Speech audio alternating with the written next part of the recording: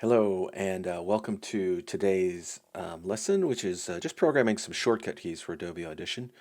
So we're going to go ahead and first set some basic parameters, and we're going to call this file, I don't know, shortcut keys. Why not? All right. I just need, as we do this, I need a little bit of audio. So the question comes up sometimes, well, why would you even need shortcut keys? They come up because I was working with a producer a few years ago, and he programmed up a number of shortcut keys that you could program with just your left hand, and with the mouse on your right hand, you actually became quicker. Yes, you can memorize all of the keys that Adobe has for all these different functions. So these are the most common ones, most often used in a podcast production setting, left hand only. So why don't we go ahead and get into this? First of all, I'll go ahead and stop this recording, and we can just look at a few keys, and then we'll use this file as an example. Okay, so the first thing you'll do is up here in the very top left corner, you'll see the pull-down menu for Edit, and you'll go all the way down, and you'll if you look all the way down to this to the full screen, you'll see you can go to Edit, and then it's keyboard shortcuts right here. So let's look. I know it's hard to see on this screen, but if you hit Alt K, the same thing will pop up. So you'll get this element on your screen, just like this. All right. So now what keys are we talking about? We're going to program the following ones: split, which divides a clip; delete, that's just so you can have it on the left-hand key for delete; C for changing the color; X for muting the clip; V for adjusting the gain of that clip; ripple delete, which is it's like slips everything together like magnets, like in Pro Tools, and it does everything in the time selection on selected clips. If you want to do it for an entire project or an entire session, you can ripple delete time selection on all tracks, which is T. And then multi-track, pay attention, this is multi-track, not export, it's mix down time selection to a new file. Or in multi-track, again, not export, but mixing down everything in the session to a new file with A. And then once you get the mixed down file, you can normalize it with N, normalizing to 100%. And then after using the HUD, you can hard limit it to about -6 or so. All right, so why don't we have a look at this? So in order to program these keys, you would type in the name here. So we'll do the first one, which would be split, split.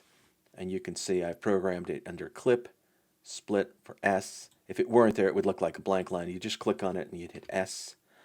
And then the next one you go to delete, and you'll see for delete there's going to be a lot of options for delete. You can move the description over. Again, you're not getting rid of backspace, you're not getting rid of delete, you're enhancing this option for D for delete. So I don't think we need to go through all of these, except for I did want to let you know that I wanted to just show you what these four look like. The ones that I said were a little tricky for ripple delete. So here's ripple delete time selection in selected clips, and then the one next to it, ripple delete time selection in all tracks. That's especially useful if you've got a big production, you need everything to snap together like magnets. Just use this one. And then the other ones that are going to be important is mix down. So when you mix down time selection, mix down. So you type in mix down, and the first thing that pops up is mix down on the file track. See here with export. You don't want that. You want down here, you want mix down all to a new file. Just hit the letter A.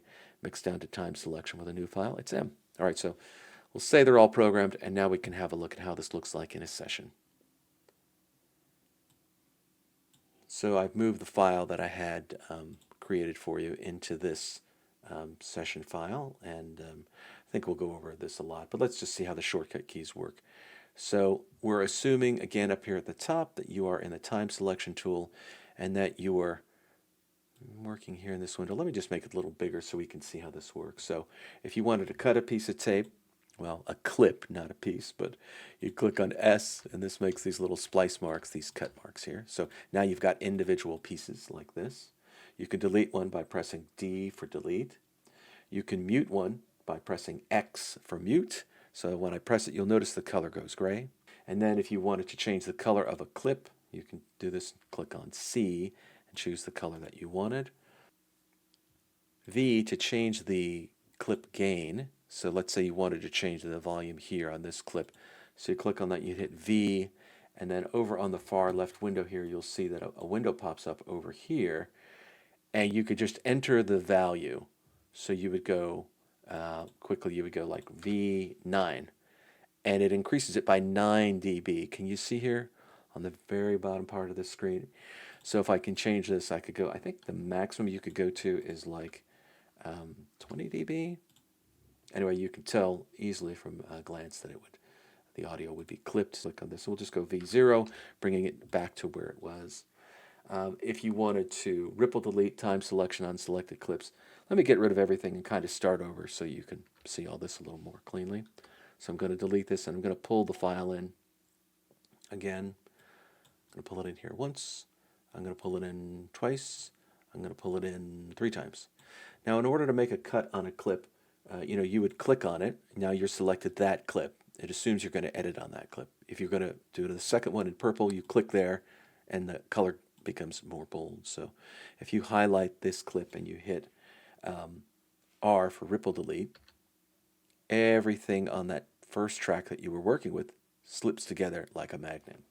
We'll do Command Z just to undo that again. So again, if I were to highlight down here and I hit R for ripple delete, I've only highlighted this track, so everything will snap together on only track 1. Here we go. Now if I undid that, but instead I highlighted this selection, this time selection, but then for all clips I wanted it to ripple delete or snap together like a magnet, I hit T and everything snaps together accordingly like that. Now if I was okay with the mix and I was happy with where I was, I could say, you know what I want to do is I've worked on this really long and hard, and I've got all these multi-layered, fascinating edits here, and I'm going to go ahead and what I'm going to do, I'm going to go ahead and I've changed the viewing pattern here just a little bit. I'm ready. I'm just going to mix down this little bit, the first 30 seconds. So here from the 30-second mark to the beginning. And when I hit M for mix down, it mixes everything down to one 30-second file. And here it is, good to go. And you can see, if you were to look very carefully in the bottom right corner, you'd see that the total time on the file is 30 seconds. So sure enough, that's the file we had just mixed down or rendered. If we go back to, the full screen, but to the main mixdown menu, and we were to look at everything in full, again, I'll zoom on the status bar up here. You can scroll wheel zoom in and out. And you can get to, the front of your project or the back of your project. But here, I just want to see it all. Now, I can see the entire file is about 55 seconds long. If I were to hit A, it will mix down everything. So that's the difference between M and A. All right, so that leaves us with the last 2 program keys. We'll hit N for normalize, and it says, well, what do you want to do? You want to have a maximum output normalizing to 100%, or do you want to do it to a dB range? Let's do it as a percent. So this will make it as loud as it can possibly go without clipping. You can see a lot of peaks and troughs all throughout the file. If we zoom in a little bit, you can see them somewhat more distinctly. And after you normalize, we're ready to hard limit. But first, we're going to adjust the volume. You'll notice this in the center of your screen. You can see the HUD tool, the heads-up display tool.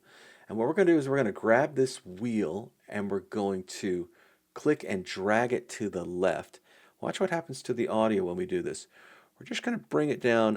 For the sake of this class, we want most of the audio to peak at about -12 to -6 dB. So if you look over here into the far, let's probably see it in the bottom right a little easier. These range of numbers here. So -6, this is a stereo file. This is the right channel, so there's -6 dB there. And then -12 dB. So this is the range we want the audio to visually be at, because once we play it out, the VU meter will play audio at about that level. So if you can look at everything in one big file, and you can adjust the HUD's display, so that most of the audio looks like, you know what, some of it's going a little bit over -6, but that looks pretty good to me. Now we're ready to hard limit, and we hard limit with H.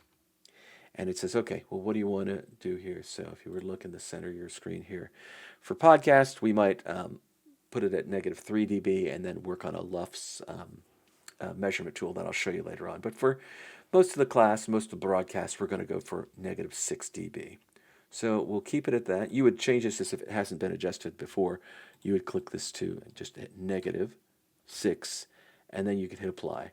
And once you make this change, it will always set default to -6. And you don't have to change any of these other parameters. Here we go. When we click apply, watch what happens to the audio. You'll notice that right along the top of that status bar, right here, you can barely see, but this is the 6 dB range. All the audio will be sheared off at the top, which means that no piece of audio could go louder than -6 dB. Of course, you always want all these peaks and all these troughs, so you don't want the audio to look buzz cut, like sheared across the top. You always want to see these visual patterns of ups and downs and peaks and troughs. So that's a quick crash course into the Adobe Audition shortcut keys, and we'll get into more how they'll be used through the term.